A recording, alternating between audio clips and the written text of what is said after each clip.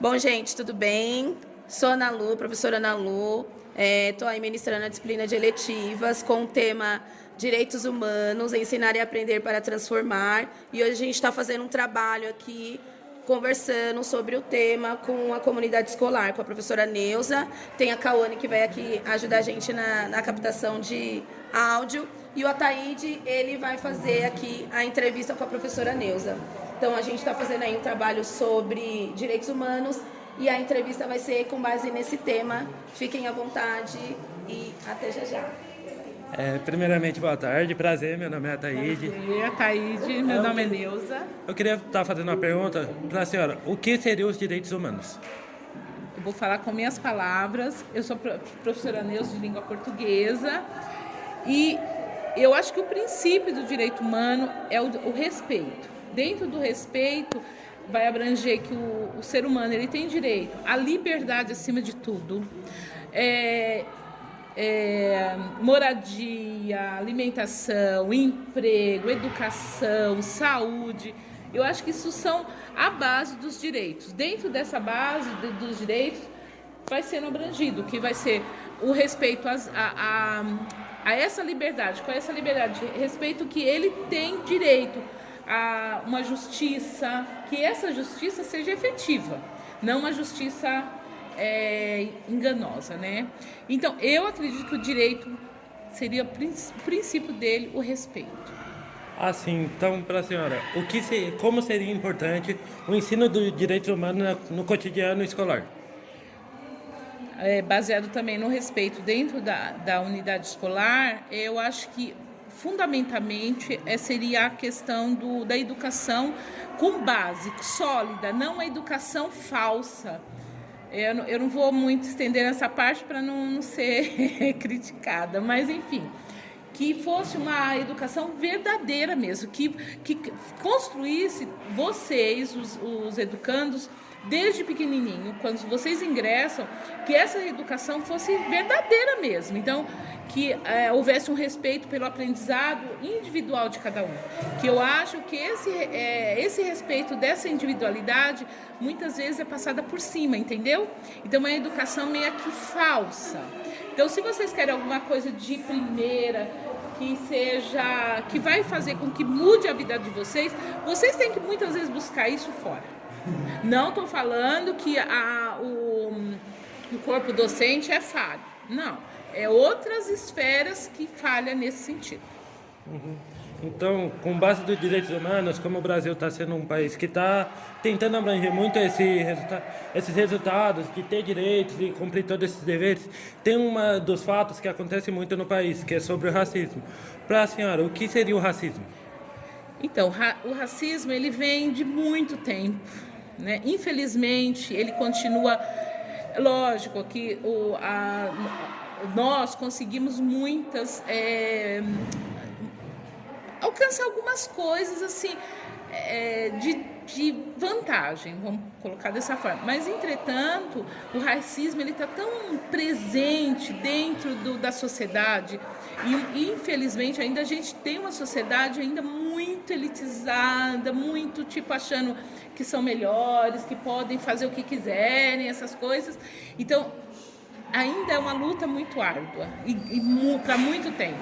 Só que eu acho que de modo geral, a gente pode lutar com o racismo com conversa dentro da escola, dentro dos lares, para que essa conversa já vem desde a base, desde quando a criança é pequenininha, que esse racismo seja coibido, seja cortado. E aí, quando vocês chegam na fase adulta, isso já está tão firme dentro de vocês, tão verdadeiro, que vocês começam a passar em diante. Mas, infelizmente, não é sempre que acontece. Com base de muitos fatos que vem acontecendo no Brasil, há fatos que falam que o racismo vem a diminuir, mas sempre dá uma constante com o racismo estrutural e muitas vezes acontece no institucional. E uma das perguntas que não se cala para a senhora é: o racismo reverso existe? Eu acho que existe. Existe. Gente, se esse é o que eu estou entendendo, reverso é de você para você mesmo? Não, Ou do branco para branco, é isso? É tipo, o racismo ele acontece desde o início, quando começa lá o etnocentrismo do branco contra o negro, sempre tentando apagar. Tá. Aí seria o do negro para contra o branco. negro Sim, para o branco. infelizmente existe. E nós temos um caso que é aquele que gerenciou, né, não sei se ele é diretor da Fundação Palmares.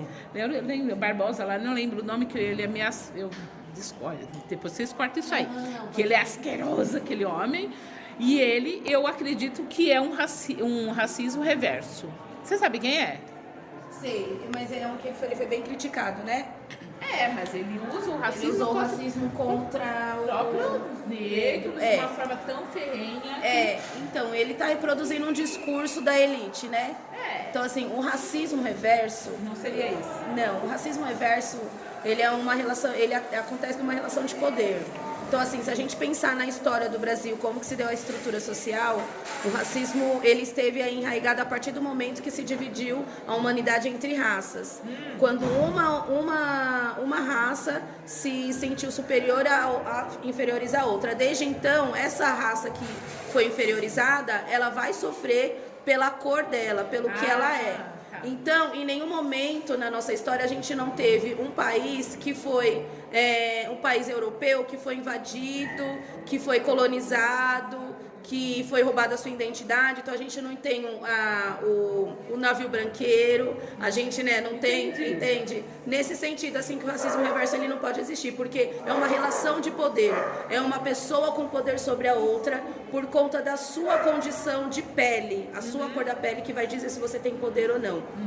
Quando uma pessoa branca, quando uma pessoa negra comete algum ato que é o que vai ser entendido como racismo, ela está sofrendo um preconceito e uma discriminação.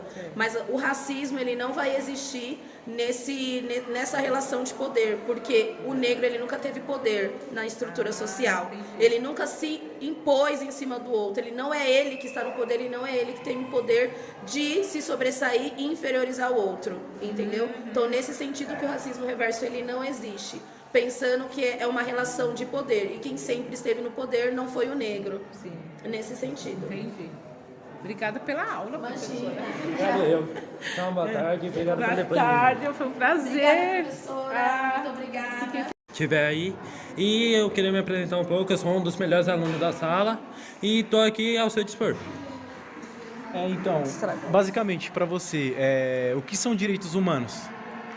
Na minha concepção, direitos humanos são todas as coisas que tem abaixo da nossa lei que nos protege e também nos dá um direito de fazer tal coisa. Tipo, nós temos a liberdade, nós temos tudo isso, só que para nós ter todos esses direitos, nós temos que ter uns deveres e cumprir eles abaixo da lei.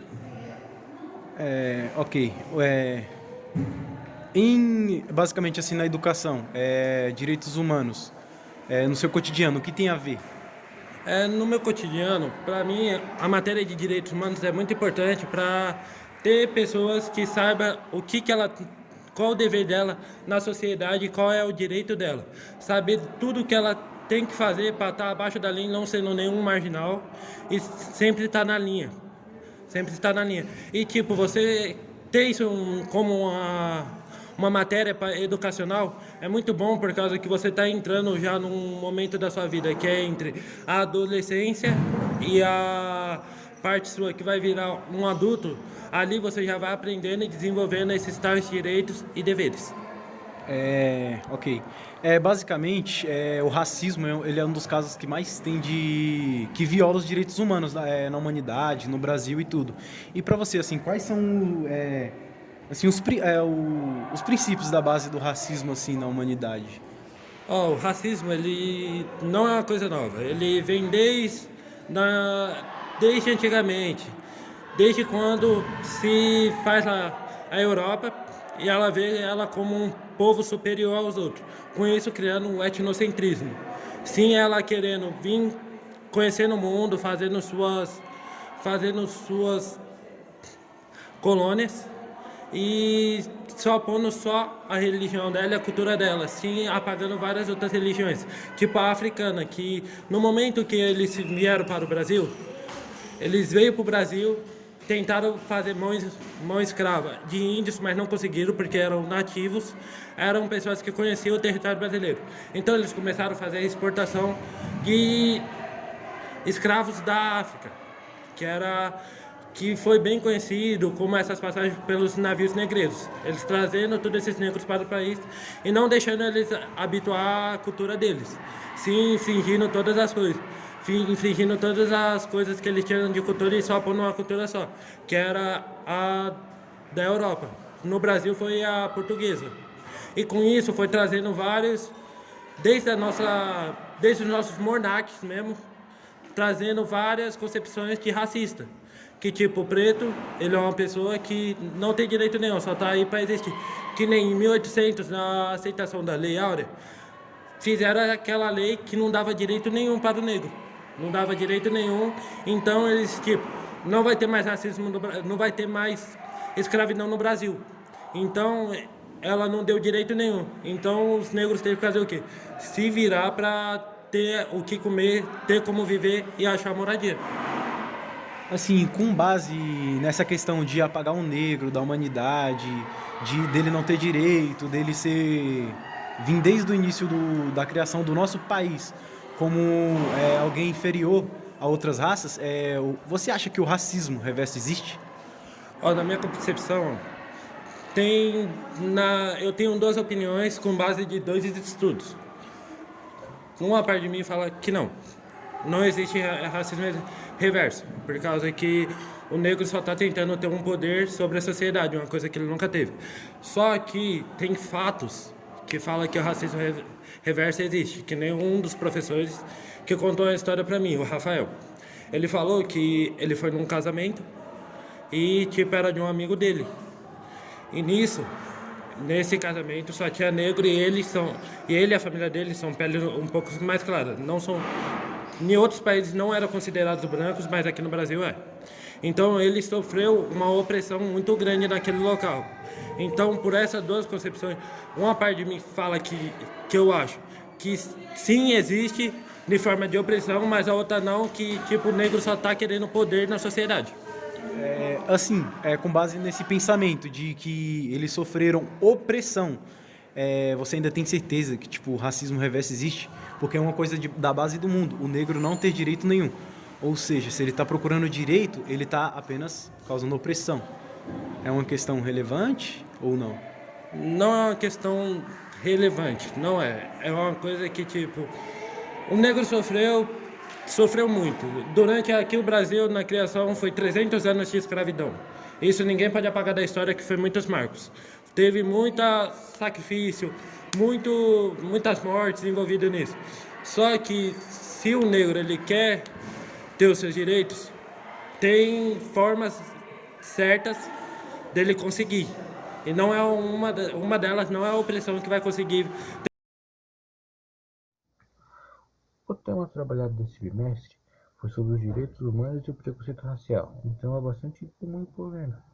Além do mais, os direitos humanos, apesar de terem sido declarados direitos universais do ano de 1948, ainda assim é uma coisa que pouco acontece, principalmente com algumas pessoas que sofrem com preconceito racial. E esses direitos são bastante importantes para mim, para minha vida, porque um dia, se eu quiser ser um homem com respeito e homem livre, eu vou precisar deles. Mas ainda assim é uma coisa que pouco acontece. E além do mais, as pessoas que menos têm os direitos humanos são pessoas que sofrem bastante com racismo, com preconceito racial. E isso acontece porque uma pessoa se sente melhor que a outra, se sente superior. E isso cria o racismo. Também existe o racismo reverso, que é quando um povo que é oprimido começa a ser preconceituoso com um povo que faz a opressão. No caso disso, é um homem afrodescendente e um homem branco. E isso ocorre bastante. E uma possível solução seria que, se desde novos nós aprendêssemos a viver com igualdade. Isso é algo que nós aprendemos em casa, mas não do mundo afora, porque o mundo afora ensina outra coisa. Mas se desde sempre nós fôssemos ensinados dessa maneira, a igualdade, tanto em casa quanto no mundo afora, eu sei que isso nem existiria